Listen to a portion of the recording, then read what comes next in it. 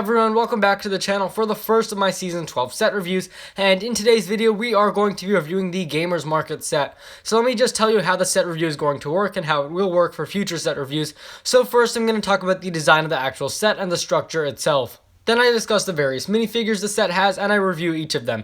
And then finally I conclude with some final thoughts on the set and a rating out of 5. Normally I would discuss the accuracy of the set to its counterpart in the show, but since we actually don't have all of Season 12 yet and we haven't seen the Gamers Market, I can't do that yet. Anyways, let's get started with the set's design.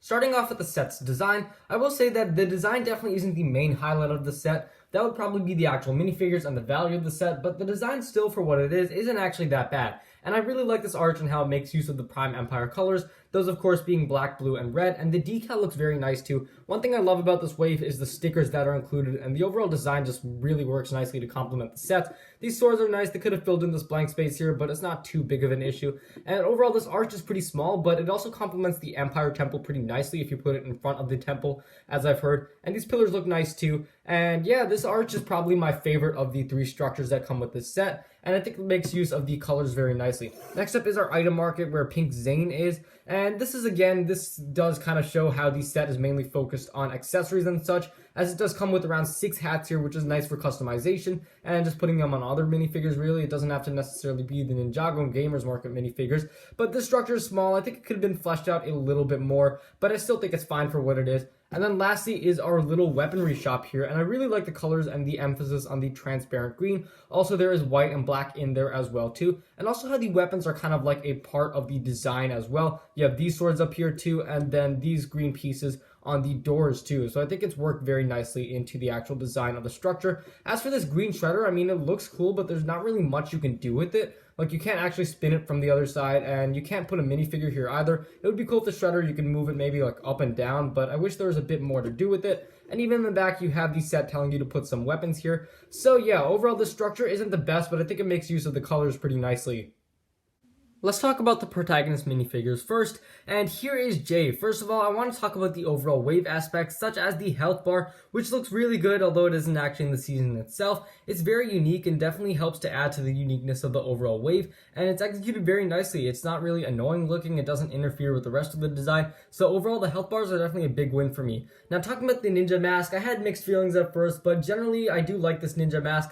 My only issue is the color shift from white to blue is a bit too abrupt, and there isn't really a transition, but generally it is a good looking mask, and I think the armor accompanies it very nicely. Now talking about the overall design of the torso itself, this is a pretty good looking suit, and I think the colors of white and blue work together very nicely. My only issue is this is way too similar to Kai's suit, who basically has the same square pattern on his chest, but other than that, I mean, I feel the colors work together better in this minifigure than they do with Kai's. I also like the triangles present on the left side of his minifigure, and also this game controller hilt that is being used for the wave looks amazing too.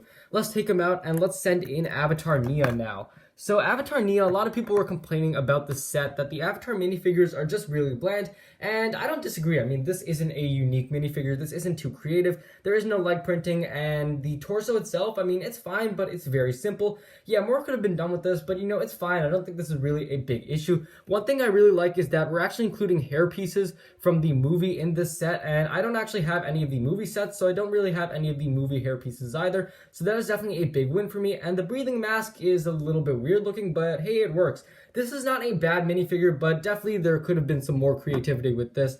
And same can be said for the Cole minifigure too. First of all, though, the mustache is pretty funny looking, but other than that, I mean, this is just a city torso, but I also, again, like that they included his movie hair.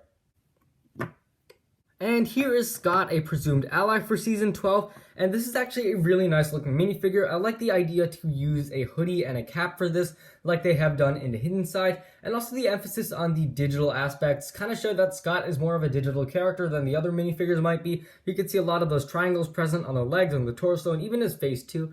And the blue face and the golden eyes looks pretty cool too. He also comes with an opposite head as well, or an opposite face rather, so you have his bandana here, but on the back you can actually see his smile. And even on the back here with the lightning symbol and the dragon going around, similar similar to what they did for the Legacy suits. It looks pretty cool and definitely could establish that he might have some sort of connection to Jay or the Ninja. Who knows, I guess we'll have to wait and see the season to find out. But this is a very nice looking minifigure, and it makes use of these gray and black colors very nicely, whereas these are generally more bland colors. I think this does a good job of actually making them more interesting.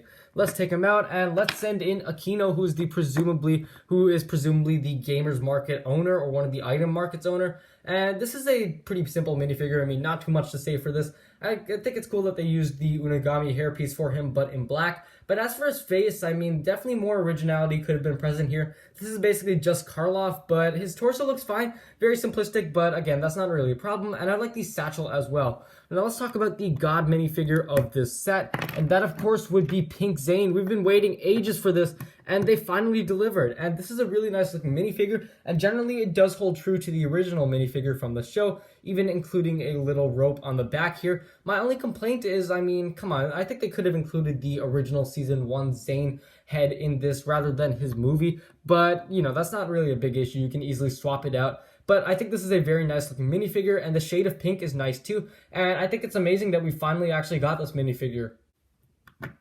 And lastly, let's move on over to our villains, and here is the Red Visor, the standard soldier for Season 12. First of all, I like the nod to Era 404 present on the torso with those numbers, and also how the red dots are kind of trickling down the uniform. Again, making very nice use of the Prime Empire colors with the blue streaks, and there's even some toe printing down there, which is pretty cool as well. The head region is pretty abstract. This actually doesn't have a traditional face with a mouth and eyes as you might expect, but actually the Prime Empire logo, and even this helmet is pretty weird looking, but I think the overall idea actually works. I mean, this minifigure is kind of weird with the lack of a face and the helmet, but it works. It looks really cool. There is some hidden potential, sadly. There is pretty cool back printing with the, again, Era 404 present on the back, but sadly it's covered up by the armor. And then there also is a really nice looking head back here too, and this head looks awesome. It's kind of a shame that it isn't shown in the front because it's really cool looking. But even though this is the only Red Visor minifigure, it is a very cool looking minifigure. Now let's take a look at Richie of the Rat Gang.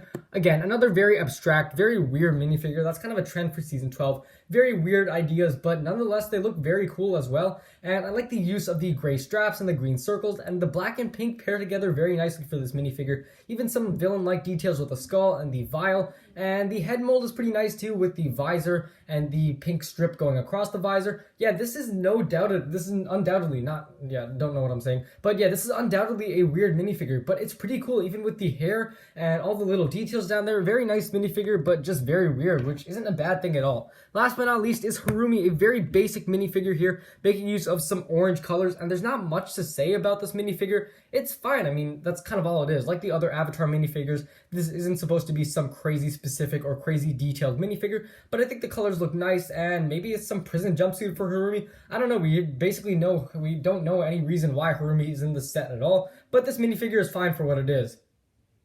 So some final thoughts on the Gamers Market set. I believe it's somewhere around $20, and I gotta say the value of the set is pretty good. Although the build you're getting isn't exactly the best, you do get a lot of minifigures. However, though some of the minifigures are definitely lacking in creativity and detail, those being the 2 Avatar minifigures for Cole and Nia, and also the Harumi minifigure could stand to be a bit better, but that being said, still 9 minifigures for this price is pretty good. This set definitely appeals to younger kids in the sense that it is very accessory focused, so we do get a lot of weapons and also those hats that the minifigures can wear, so I think that's definitely good if you are a younger kid. For someone who's older, this set may not be the best for them. I mean, it's not exactly that design focused, and again, you're getting a lot of accessories that you may simply not really care about.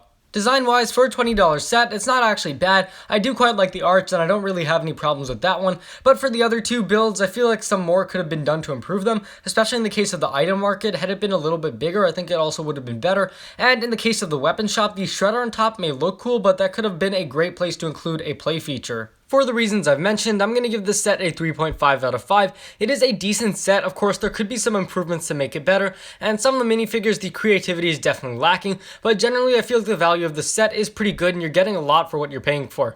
Anyways, thanks for watching. If you guys enjoyed, be sure to leave a like, subscribe, share it with anyone ever you know, and let me know what you guys thought of the Gamers Market set, and I will see you next time.